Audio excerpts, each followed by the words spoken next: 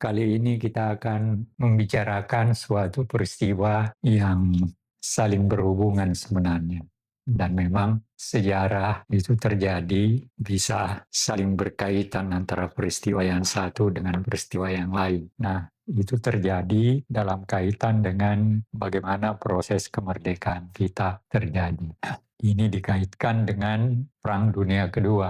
Nah, ketika Hitler menang di Jerman, kemudian dengan kesombongannya merasa bahwa dia adalah bangsa yang suci sebagai bangsa Arya, lalu dia melakukan berbagai tindakan anti kemanusiaan, tetapi juga ada faktor yang berkaitan dengan kekalahan Jerman.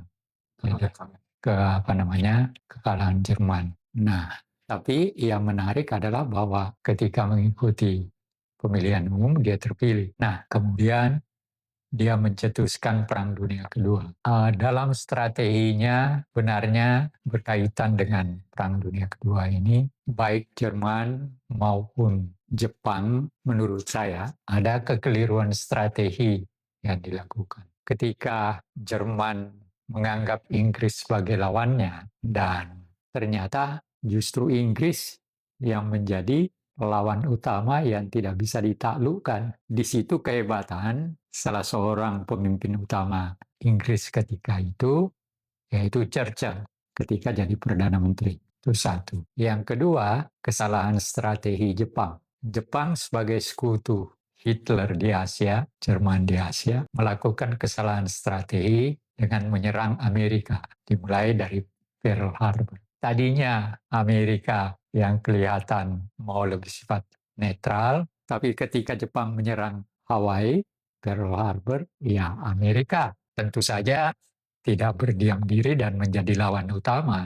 Jadi itu yang menyebabkan faktor-faktor yang bisa kita lihat dan menarik. Nah, setelah kekalahan Jerman, kemudian kekalahan Jepang, maka yang terjadi juga adalah lahirnya negara-negara baru. Amerika sebenarnya kelihatannya lebih bersifat white and see, dalam arti kata yang mungkin mau bersikap lebih netral. Tetapi ada kekeliruan strategi yang dilakukan oleh Jepang. Apa itu? Yaitu ketika dia menyerang Hawaii, Pearl Harbor. Nah, tentu saja Amerika sebagai negara yang sebenarnya adalah negara besar, punya industri dan industri macam-macam, dan bahkan kekuatan angkatan perangnya sebenarnya walaupun dia tidak pernah dinyatakan sebagai negara dengan kekuatan seperti itu, yang selalu ditampilkan kan selalu Jerman, Inggris, kadang Prancis, Amerika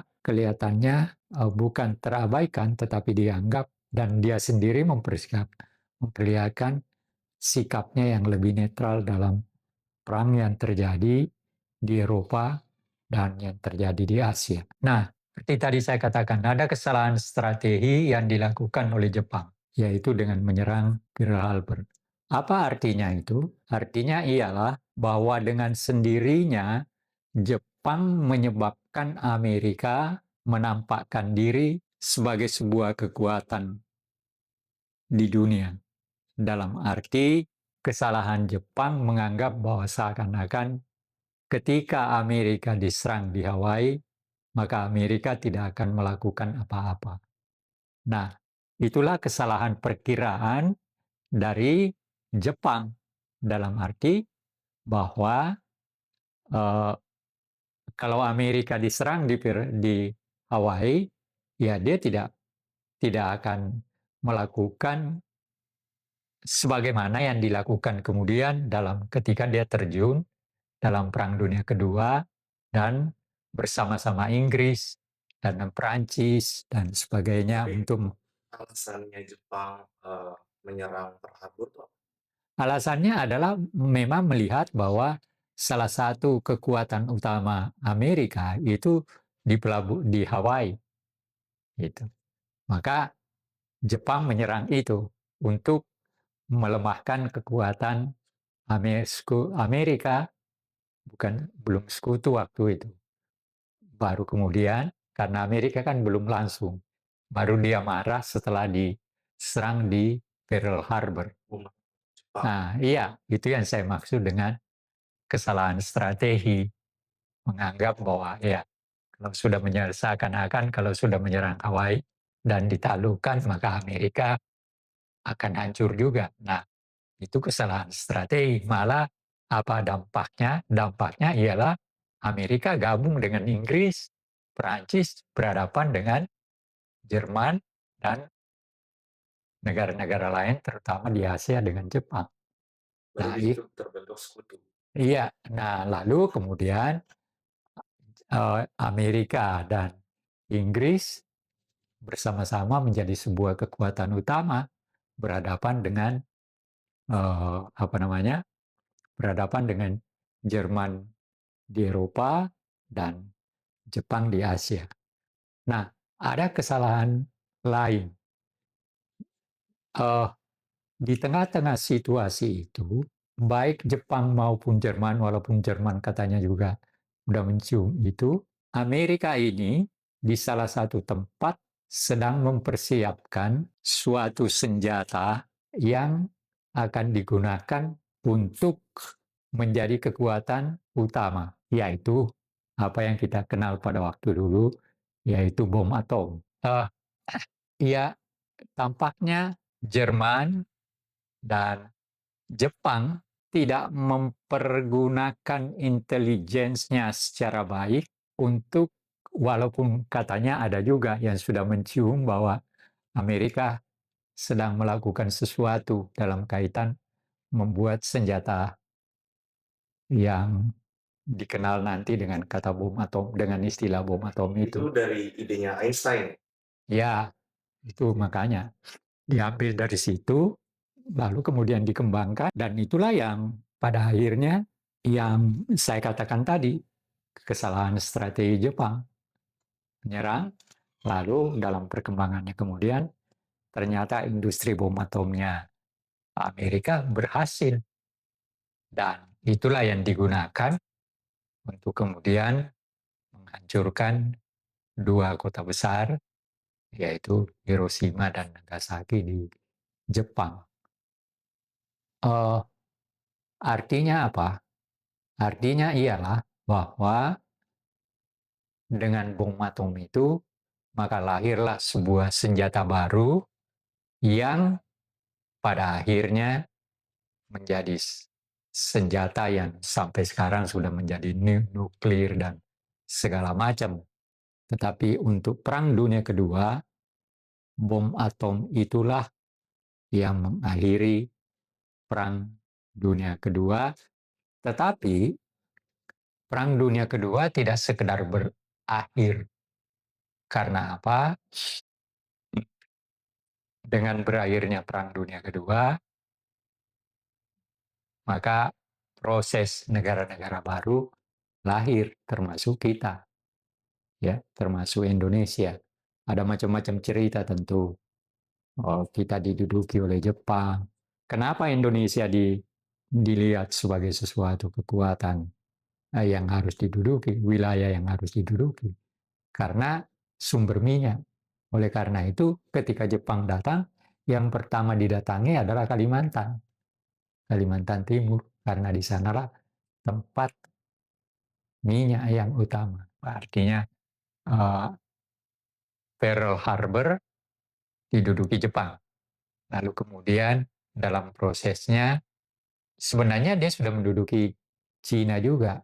Belakangan baru ke Indonesia karena apa? Yang diperlukan adalah minyak itu tadi.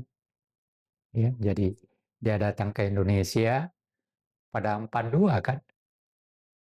42 sampai 45, jadi sekitar 3 tahun kita dijajah oleh Jepang. Nah, eh, proses ketika kita dijajah oleh Jepang sebenarnya sangat, walaupun dikatakan Jepang itu kejam, tapi berbeda dengan cara pendekatan dengan ketika kita dijajah Belanda. Belanda ya tidak pernah memberikan kesan seakan-akan dia mau memerdekakan kita. Dia ada juga janji November, tapi itu sekedar janji yang bohong gitu.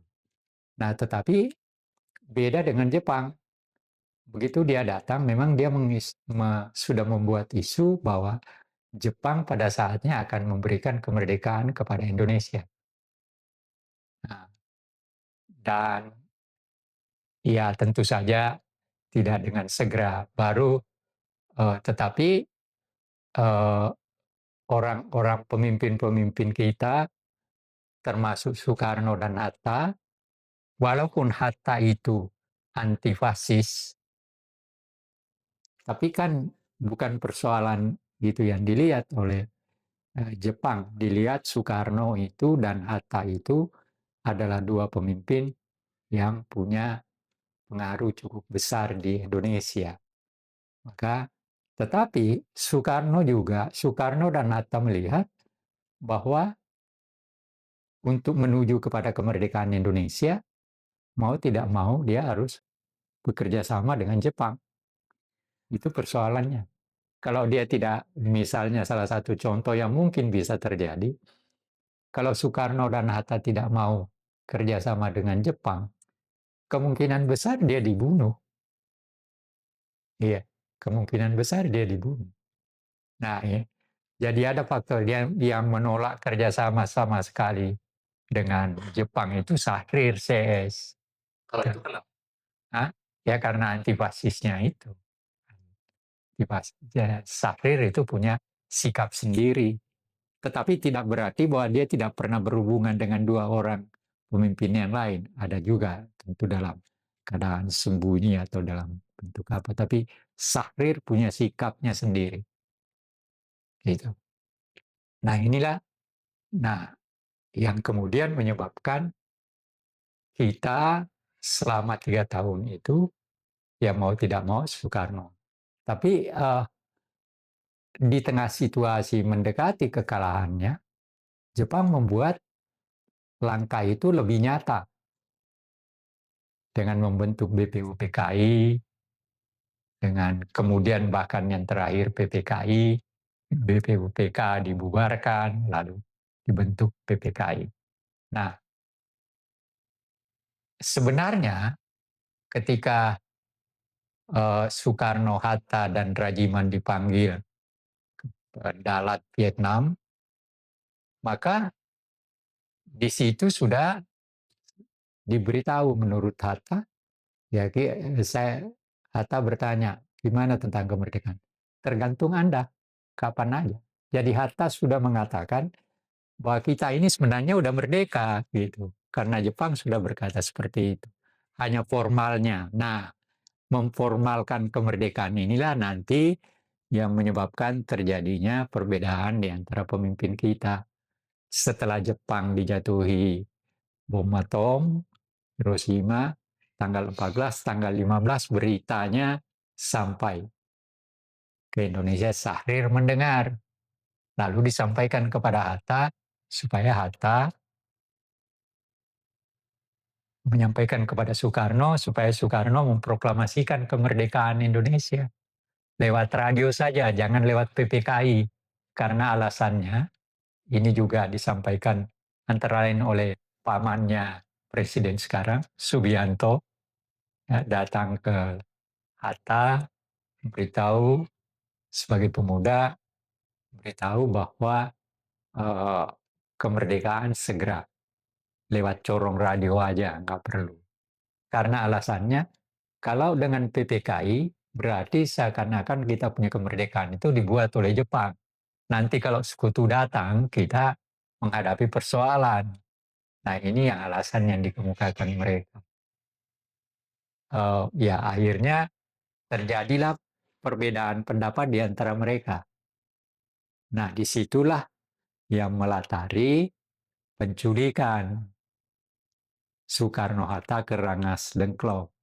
Tetapi alasan yang dikemukakan oleh pemuda itu bukan menculik. Walaupun Hatta sendiri, kami memang diculik kok. Ya. Akhirnya alasan pemuda mengatakan begini, kami akan melakukan demonstrasi besar-besaran di Jakarta, sekitar 15.000 orang. Jadi seakan-akan Soekarno-Hatta itu dibawa ke pinggir supaya nanti kalau demonstrasi terjadi, Diamankan. diamankan dan jangan sampai menjadi sasaran tembak dari Jepang.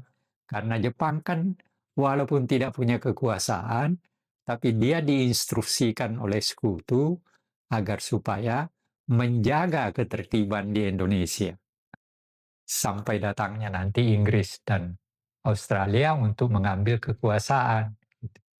Itu alasannya. Nah, jadi diculiklah. Nah, di tengah-tengah itu datang Subarjo.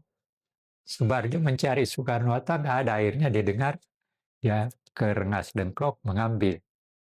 Maka dibawalah Soekarno kembali.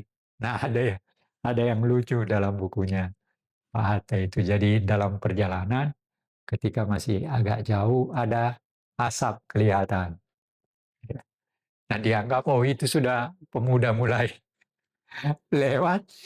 Ternyata cuma asap itu bakar sampah. Lucunya di situ. Jadi di tengah-tengah situasi yang kritis, ada aja sesuatu yang terkadang melahirkan kelucuan tertentu. Nah, lalu kemudian ya udah jalan.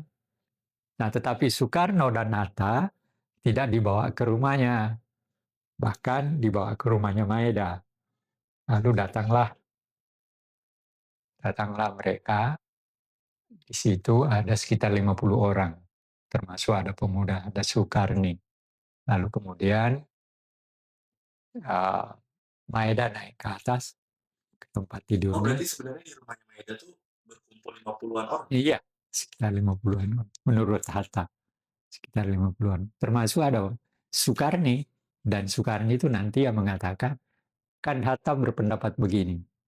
Setelah dia diminta membuat proklamasi singkat, kan sebenarnya rencana awalnya kalau nanti proklamasi kemerdekaan akan diadakan secara resmi, maka proklamasi kemerdekaan Indonesia itu adalah Piagam Jakarta. Gitu. Tapi kan ketika mereka diculik, semua lupa kan. Tapi kan kalau di pelajaran sejarah di sekolah itu kan yang ke rumah Maeda tuh hanya ya itu yang Sayuti Melik, Fatmawati, Nah, Soekarno, Hatta. Ternyata ada 50 orang. ada 50 orang di situ. Ada pemuda, ada segala. Soekarni termasuk ada di situ. Jadi bekas dari Rengas Dengklok, golongan tua dan muda ke rumahnya Maeda. Ke Maeda ada yang di situ. Bukan cuma yang nulis, Bukan. yang menjahit bendera. Ada. Makanya Hatta begini. Ketika sudah dia buat, artinya kalimatnya dia bikin, sebenarnya kalau menurut Hatta kalimat itu juga diambil dari Piagam Jakarta. Kalimat singkat itu. Maka setelah diketik oleh Sayuti Melik, maka kemudian Hatta berpikir begini, dia ingin seperti Amerika. Amerika itu kan proklamasi kemerdekaannya semua ditandatangani oleh, semua ikut bertanda tangan yang merumuskan. Jadi yang merumuskan itu bertanda tangan. Hatta juga menghendaki itu, karena proklamasi ini memiliki arti historis yang penting dan itu artinya punya makna buat anak cucu nanti. Tapi kenapa nggak jadi? Nah, Soekarni katakan begini, nggak perlu, cukup 2 orang aja. Soekarno-Hatta aja atas nama bangsa Indonesia. Maka akhirnya kedua orang itulah yang menandatangani proklamasi atas nama bangsa Indonesia. Nah, habis itu kan oke lah proklamasi kita juga udah sering bahas. Tapi intinya adalah dari yang pembicaraan kita, berarti ada efek domino atau sebab akibat dari tadi itu kekeliruan Jepang menyerang Hawaii, terus kemudian Amerika menjadi sekutu dan membuat bom atom sampai Hiroshima, Nagasaki, dan di antara Pearl Harbor dan Hiroshima, Nagasaki kan 3 tahun ya. Nah, Itu berkelahi tuh antara Amerika dan Jepang. ya terjadi perang aja. Ada yang perang Midway katanya kan, Nah, yang di iya, tengah laut. iya, segala macam. Tetapi artinya di situ sudah Amerika sudah memperlihatkan kekuatannya sebagai kekuatan militer. tidak seperti yang dibayangkan oleh para strateg militernya Jepang Nah, itu. kemudian akhirnya Hiroshima Nagasaki dan kekalahan Jepang pada 14 Agustus 1945, ketika Kaisar Hirohito dan Jenderal MacArthur.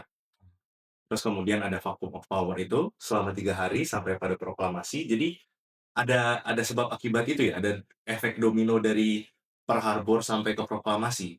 Iya, sebenarnya itu adalah tidak bisa dilepaskan begitu saja. Begitu Pearl Harbor, kan Amerika melawan. Akhirnya Jepang kan secara berangsur kekuatannya dan akhirnya kalah kan. Dan dengan kekalahan itu maka kemudian membuka ruang bagi kita, walaupun Soekarno-Hatta bekerja sama, tetapi kan itu Soekarno dan Hatta menggunakan itu juga kerjasamanya dengan Jepang itu sebagai strategi menuju kepada kemerdekaan kan, Menggunakan momentum itu. momentum itu. Makanya prosesnya terjadi. Nah, tetapi Jepang mempunyai strategi dalam kaitan dengan tetap berusaha menarik perhatian dari bangsa Indonesia, antara lain dengan membentuk dua lembaga itu tadi, BPUPK dan kemudian PPKI dan sebagainya.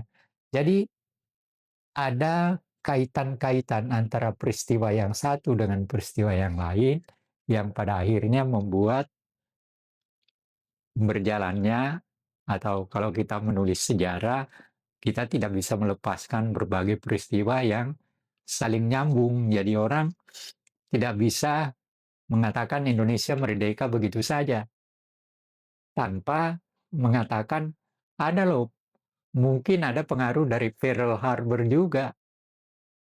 Jadi bisa seperti itu. Dan memang dalam kenyataannya kan seperti itu juga. Jepang kalah ya udah, ruangnya terbuka. Ini yang ini yang sering dilupakan.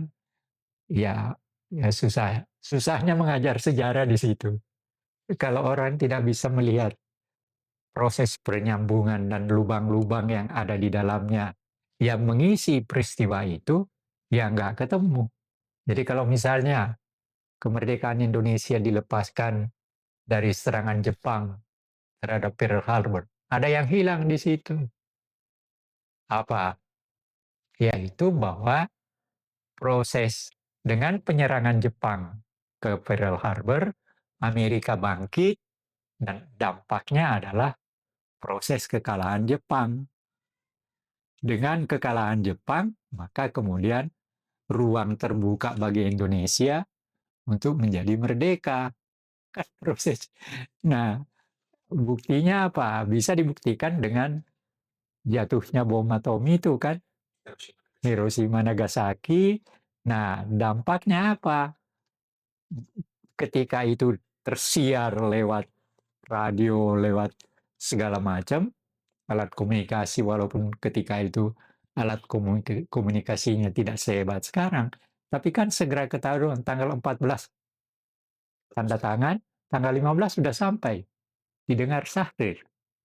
Nah, ini dengan didengarnya 15 Agustus, maka para pemimpin kita berbeda pendapat. Syahrir mengatakan nggak usah dengan PPKI itu. Soekarno sendiri aja lewat radio. Nah, Soekarno Hatta tidak mau. Karena apa? Ada lembaga formil. Walaupun itu bentukan Jepang, tapi itu lembaga yang eksis. Maka Soekarno menolak usul Syahrir dan Subianto sebagai pemuda. Gitu loh. Jadi, ya itulah sejarah saling mengaitkan. Ya, jadi itu yang sering tidak diketahui oleh pengajar sejarah juga kan. Jadi bagaimana mengemukakan ini di depan kelas dan sebagainya sehingga orang tidak hanya mengatakan, oh bom atom selesai, Indonesia merdeka. Kan seakan-akan cuma begitu. Ya padahal nggak seperti itu, ada prosesnya, ada ruang-ruangnya, ada kegiatan tertentu perbuatan tertentu yang dilakukan oleh Jepang maupun Indonesia dan pemimpin Bahkan Indonesia dan sebagainya. bahkan bisa dikaitkan sebelum Pearl Harbor ya. dengan adanya Perang Dunia yang Hitler, terus Jepang juga Nah, menjadi iya, fasis. artinya itu dikaitkan lagi bagaimana para pemimpin kita menanggapi situasi Perang Dunia Kedua itu. Nah, ini ada kaitannya dengan pergerakan nasional, nanti bagaimana Soekarno dan Hatta bertemu, lalu kemudian ada segala macam orang yang berkaitan dengan itu. Tapi kalau, boleh tahu, kenapa Jepang sebegitunya untuk menjadi fasis dan menguasai terutama Asia? Iya, karena nah itu yang harus dipahami, karena Jepang itu adalah negara pertama Asia yang menjadi negara industri, negara pertama di Asia yang mampu menjadi negara industri. Dan dengan industri itu menjadi negara industri, dia memerlukan berbagai hal dari negara yang lain juga. Jadi bersaling berkaitan seperti itu. Jadi kalau yang terakhir ini kita udah belajar dari Pearl Harbor, terus kaitannya dengan Hiroshima Nagasaki, dan ini kan pemaknaan-pemaknaan ya, kita nggak terlalu bicara teknis bagaimana pertempurannya, tapi pemaknaannya. Kalau misalkan ditarik dari Pearl Harbor sampai ke proklamasi, apa yang bisa ditarik? Ya, itu tadi yang saya katakan, kesalahan strategi Jepang. Itu satu. Artinya kehebatan Jepang yang menjadi negara industri dan mempunyai kekuatan militer terkuat di Asia. Tapi kan ada kekeliruannya ketika dia melihat Amerika seakan-akan seperti itu. Ya, begitu diserang Pearl Harbor, ya Amerika itu nggak punya kekuatan apa-apa. Kayak disepelekan gitu loh. Nah, maknanya apa? Sehebat apapun orang, seperti apa yang dilakukan Jepang, mengabaikan sesuatu, itu pada akhirnya merusak dirinya sendiri kan. Itu satu. Yang kedua, dari pihak kita, kita melihat bahwa ketika Jepang menduduki kita tidak mempunyai kekuatan untuk melawan secara terbuka. Pemimpin pergerakan terpaksa ya Soekarno-Hatta bahkan tidak mau harus kerjasama dengan Jepang. Walaupun kalau membaca tulisannya tahun 30-an, kedua pemimpin ini anti fasis. Dan itu jelas. Malah nama Jepang disebut oleh Hatta. Tapi apa yang terjadi ketika Jepang datang, dia mau tidak mau dia harus kerjasama. Kalau enggak, mungkin aja dia dibunuh kan. Bisa terjadi. Atau diapain lah. Dan mungkin Indonesia nggak akan ada. Nah, Indonesia belum tentu bisa merdeka. Mungkin mungkin siapa namanya Belanda kembali, tapi kan akhirnya dengan kerjasama itu ada strategi tertentu yang dilakukan dan strategi itu membuka ruang bagi Indonesia untuk dengan segera menyatakan kemerdekaannya. Jadi apa yang menarik? Kekalahan Jepang membuat ruang bagi Indonesia untuk dengan segera menyatakan kemerdekaan. Dan ketika Belanda akan kembali dengan membonceng di belakang sekutu seakan-akan ikut menang, ya rakyatnya udah mempunyai kekuatan psikologi untuk menolak gitu. Lalu tampillah macam-macam, ada tentara mulai apa namanya rakyat mempunyai senjata baik dan dirampas maupun diberikan oleh Jepang. Nah, itu yang melahirkan berbagai peristiwa di dalam negeri kita pada awal kemerdekaan di Surabaya, pokoknya di mana-mana. Di Semarang ada Perang 5 Hari dengan Jepang, lalu ada 10 November, lalu ada di Ikada, dan segala macam. Belanda walaupun berusaha dengan keras, dibantu oleh sesama imperialis dalam bentuk seperti Inggris, Australia, tapi kan akhirnya gagal dan kita merdeka. Nah, Jadi ini kan yang harus di guru sejarah harus menerangkannya secara baik kepada murid-murid untuk memahami persoalan yang berhadapan dengan bagaimana proses kita menjadi negara merdeka, itu.